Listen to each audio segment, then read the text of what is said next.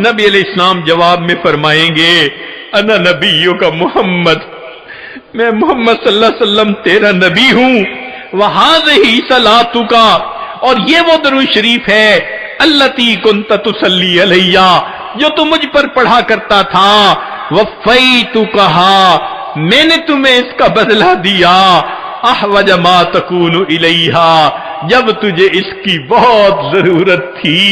سوچئے آج نبی علیہ الصلوۃ والسلام پر درود شریف کا پڑھنا کل قیامت کے دن میزان میں نیکیوں کے بھاری ہونے کا سبب بن جائے گا۔